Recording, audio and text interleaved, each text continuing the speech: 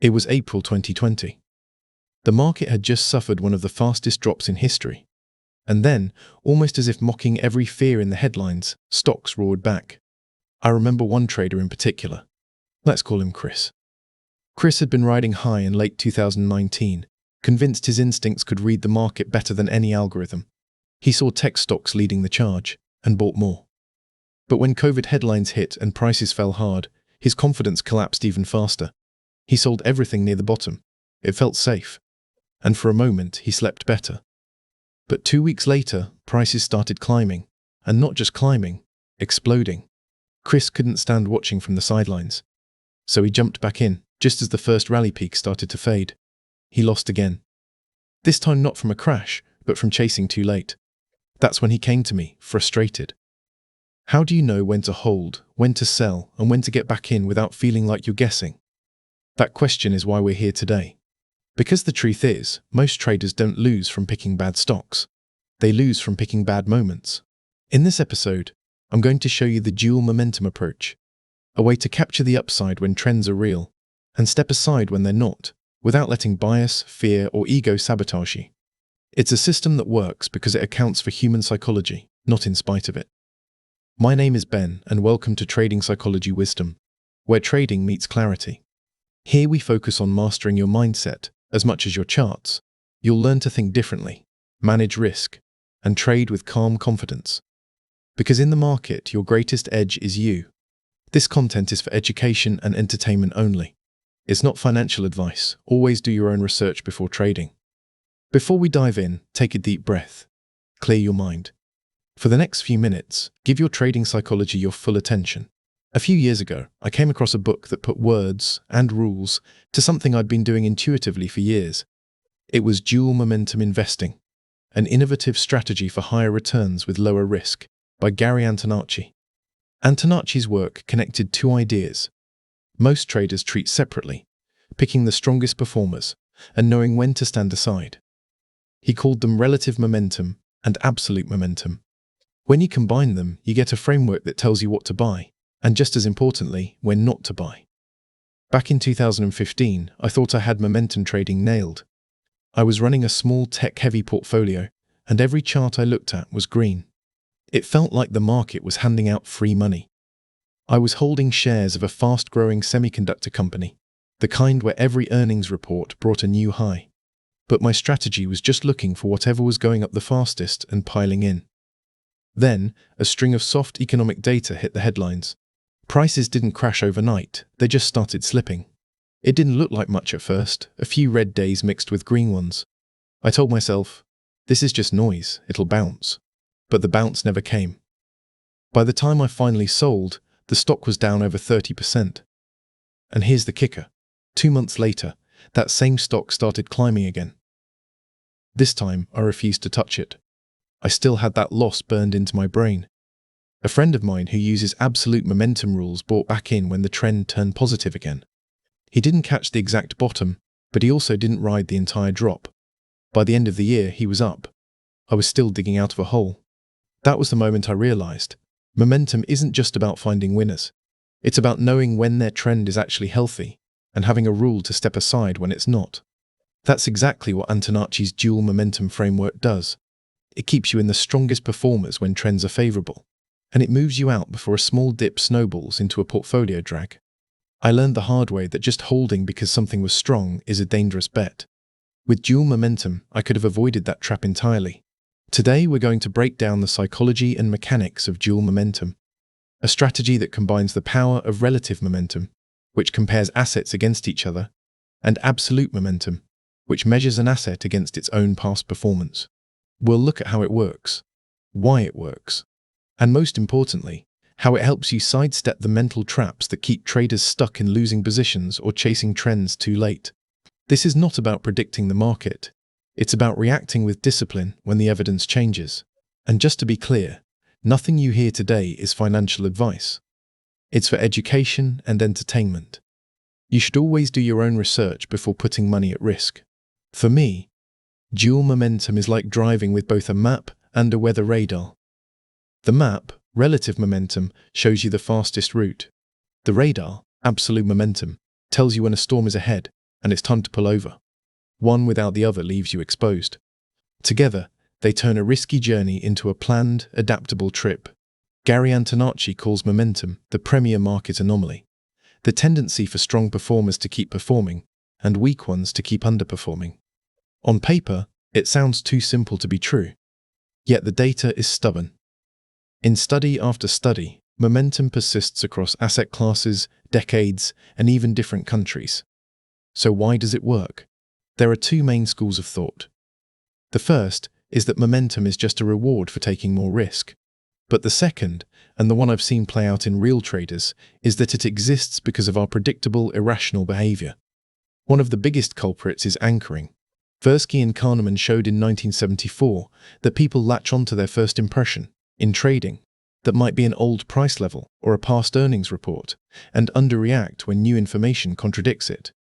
I've seen traders hold a stock because it's only down 10%. It'll get back to my buy price, ignoring the reality that the trend has turned against them. Closely linked is confirmation bias. Once we have a belief, this stock is a winner, we selectively search for data that supports it and dismiss anything that doesn't. It's why traders cling to bullish news even as their chart bleeds red. These biases create inertia. They slow down how quickly the market absorbs new information. That lag is the fuel for momentum. It means trends don't reverse immediately when conditions change. Instead, they drift, often for months, in the same direction. I once coached a trader who bought into a renewable energy ETF after a 6-month rally. But when policy news turned negative and prices started edging down, he brushed it off.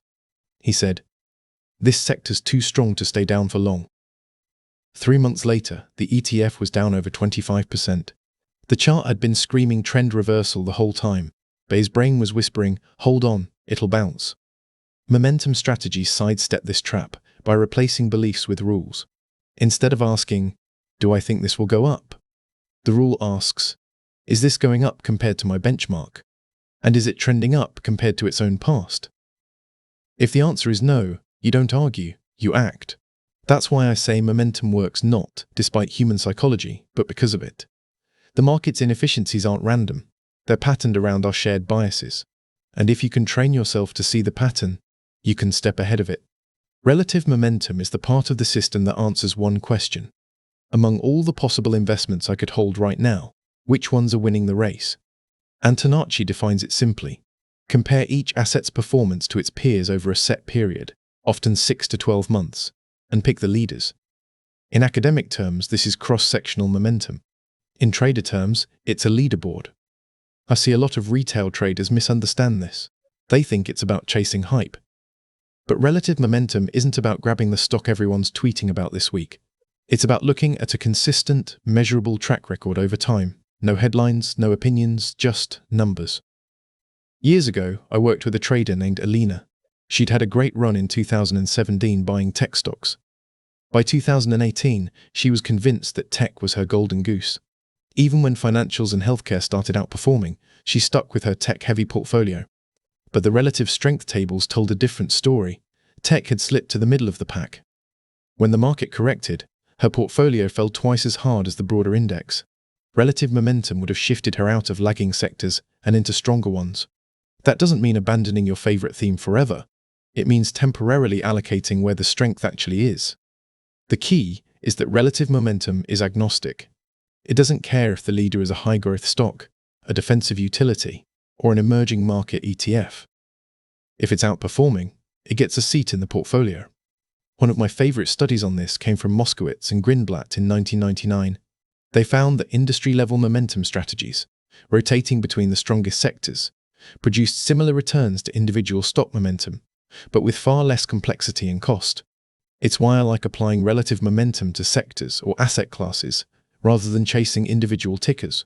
Here's where psychology tries to mess with you. Switching from a laggard to a leader often means selling something you've been emotionally attached to. That attachment can feel like loyalty, but it's really an endowment effect, valuing what you own more than what you don't. Relative momentum forces you to break that attachment. It says, "We're running a race here.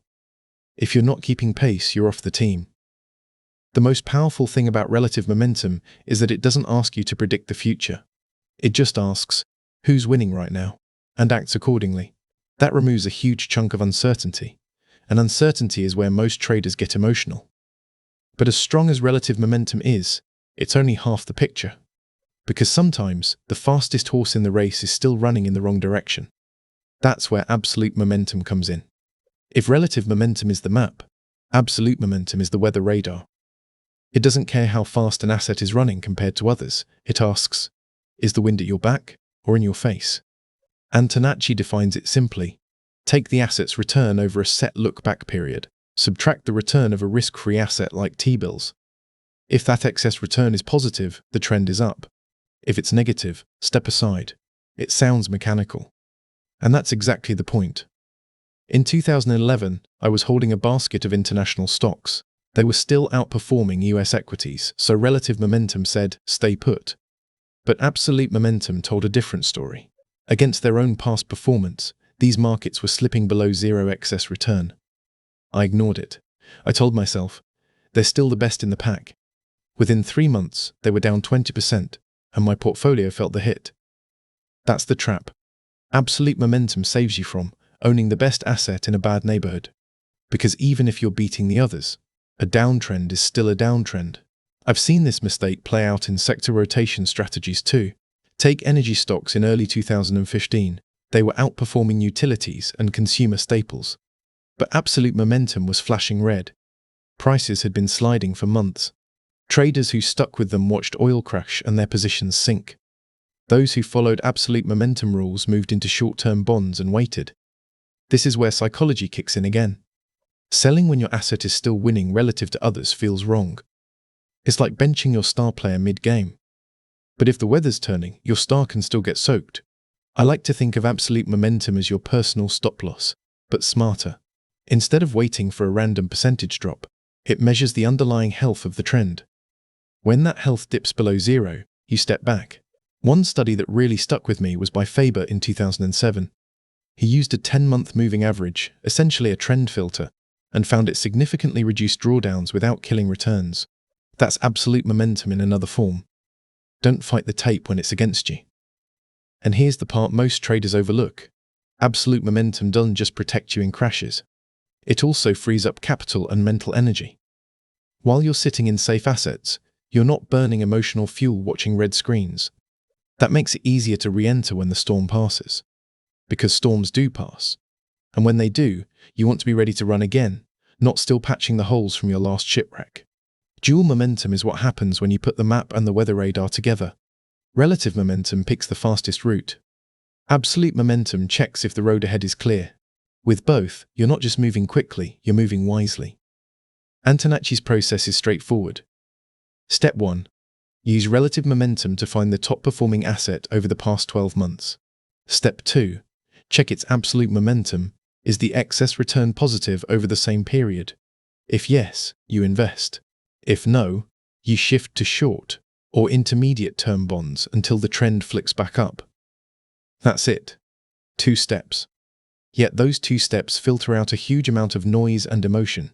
I remember working with a trader in 2018 who loved sector rotation. He'd pick the top 2 Morningstar sectors each month based purely on relative strength.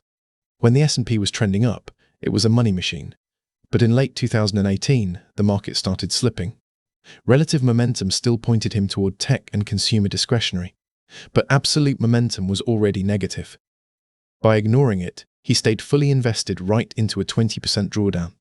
Now, imagine if he had combined the two. Relative momentum would have picked the leaders. Absolute momentum would have said, not so fast, the whole market's sliding. He could have been sitting in bonds during the worst of it, ready to re-enter when the storm cleared in early 2019. That's exactly what Antonacci showed with his dual momentum sector rotation model, the DMSR. It rotates into the strongest equity sectors when the market trend is up. When the market trend is down, it moves everything into the US Aggregate Bond Index. From 1992 onward, that simple shift produced higher returns with significantly lower drawdowns than the S&P 500. And here's the kicker. Absolute momentum doesn't just cut risk. In Antonacci's data, it actually improved returns. Because avoiding big losses means you don't need massive gains just to get back to break-even. Psychologically, that's huge. Nothing tests your discipline like watching your account sink and thinking, I need to make it all back. Dual momentum reduces the number of times you're put in that position. It also rewires how you see market moves. Instead of panicking during a correction, you think, if this goes negative on absolute momentum, I'll shift to safety. You're not reacting to fear, you're following a rule. The market will always have storms. Dual momentum doesn't stop the rain, but it does make sure you're carrying both an umbrella and a plan. Dual momentum works on paper. The charts, the backtests, the historical returns, they're all there. But in real life, the hardest part isn't understanding the rules. It's following them. When markets are calm, rules feel easy. You nod at the logic. You tell yourself you'll stick to the plan. But when the screen turns red or green in big, fast moves, your brain starts whispering, maybe this time is different. That whisper is the first step toward breaking your system. In my experience, 3 psychological traps hit traders hardest here. First is loss aversion. Studies by Kahneman and Tversky found that losses feel about twice as painful as gains feel good. So when absolute momentum tells you to exit, you might hesitate, hoping to avoid locking in a loss. The problem? Waiting often turns a small, manageable loss into a large, soul-crushing one. Second is overconfidence. After a streak of wins, you start believing your judgment is sharper than the rules. You see a negative trend and think, I'll just hold, I can ride this out. That's when the market reminds you it doesn't care about your streak. Third is confirmation bias. Once you've decided you like an asset, you'll seek out every article, tweet, and analyst note that says you're right, while ignoring evidence you're wrong. Momentum rules strip that bias away if you let them. I once coached a trader named Sam who had a fantastic run using dual momentum for almost 2 years. Then came a sudden market rally in a sector he wasn't holding because absolute momentum was still negative. But the headlines were screaming about the comeback story of the decade. Sam jumped in early, convinced the rules were too slow. 3 weeks later, the rally fizzled and he was down 15%. Following a system isn't about never feeling fear or greed. It's about having a structure that catches you when those feelings make bad ideas sound good. Here's what's helped my own discipline. I write down every trade I take, along with the exact reason based on my system. No gut feeling allowed. If a trade idea doesn't meet the rules, it doesn't get written down. And if it's not written down, I don't take it. The more you practice this, the more the system becomes your default, not your backup plan. When you stick to dual momentum, you're not just trading a strategy. You're trading a set of decisions designed to protect you from yourself. And that's the real edge. One of the things that convinced me to take dual momentum seriously was how consistently it showed up in both academic research and market history. For example, a 1993 paper by Jagadish and Tipman looked at US stock returns from 1965 to 1989. They found that stocks in the top 10% of performance over the past 6 months beat the bottom 10% by more than 12% per year, on average. That's pure relative momentum at work. On the absolute momentum side, Med Faber's 2007 study tested a simple trend filter using the 10-month moving average.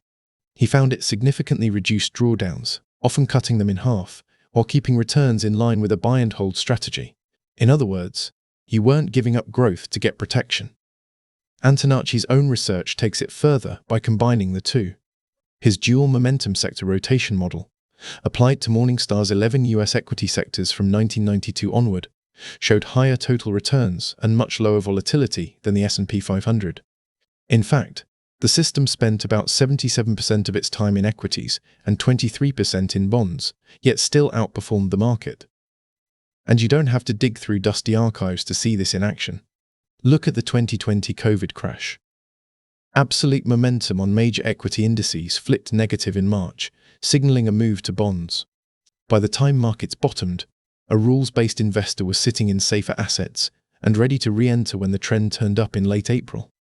Meanwhile, traders who relied only on relative momentum often stayed invested during the worst part of the drop because they were still comparing sectors to each other, missing the fact that the entire market trend was down. For me, that's the real power of dual momentum. It's not just a backtest curiosity. It's a practical, repeatable way to sidestep the biggest hits and keep your focus on the healthiest opportunities. Even with a clean, rules-based strategy like dual momentum, there are a few mental traps that can wreck your results. I see these over and over, even in traders who know better. 1. Anchoring to past prices. You buy an asset at 50. Absolute momentum says to exit at 45. But your mind locks onto that 50 entry as the true value. You wait for it to come back. That's not discipline, that's anchoring. 2. Confirmation. Bias in strong trends. When relative momentum picks an asset you already like, you feel validated. When it drops off the leaderboard, you start searching for reasons to keep it anyway. This is your bias fighting the system. The rule is the rule, no exceptions. 3. Overconfidence. After wins, a streak of good trades tempts you to tweak the rules. You start skipping filters, thinking you can outsmart the signals. That's when the market hands you a loss big enough to reset your humility. The fix for all 3? Write down every trade and the exact rule it passed. If it doesn't pass, it doesn't get taken, no matter how tempting the story is. In dual momentum, your edge is consistency. The moment you start making just this once exceptions, you hand that edge back to the market. If you want to apply dual momentum without letting emotions creep in, here are 2 tools I've seen work. Wonders. 1. The 2-column momentum journal. On one side, track your relative momentum picks, the top performer, SOV, over your chosen look-back period. On the other, track absolute momentum status, positive or negative versus your benchmark. This keeps you from forgetting that you need both signals before taking action. 2. The automatic exit trigger. Decide your absolute momentum rule in advance. It could be, excess return over the last 12 months must be positive, or price above 10-month moving average. Write it down. If the rule is broken, you exit, no debate, no delay. The decision is already made. Bonus tip. Review your momentum journal monthly, not daily. Momentum isn't about chasing every wiggle, it's about catching sustained moves and avoiding major downturns. With these tools, you remove the guesswork. And once the guesswork is gone, the psychology becomes a lot easier to manage. Take a second and ask yourself, when was the last time you sold something because your rules told you to, not because you felt like it? Do you even have rules that tell you when to step aside? Or are you relying on instinct? If you pulled up your portfolio right now, could you explain, in one sentence, why each position is still there based on measurable strength? Or would you catch yourself saying, I just believe in this one? Be honest with yourself. Because the difference between a trader who survives and one who burns out isn't luck or timing.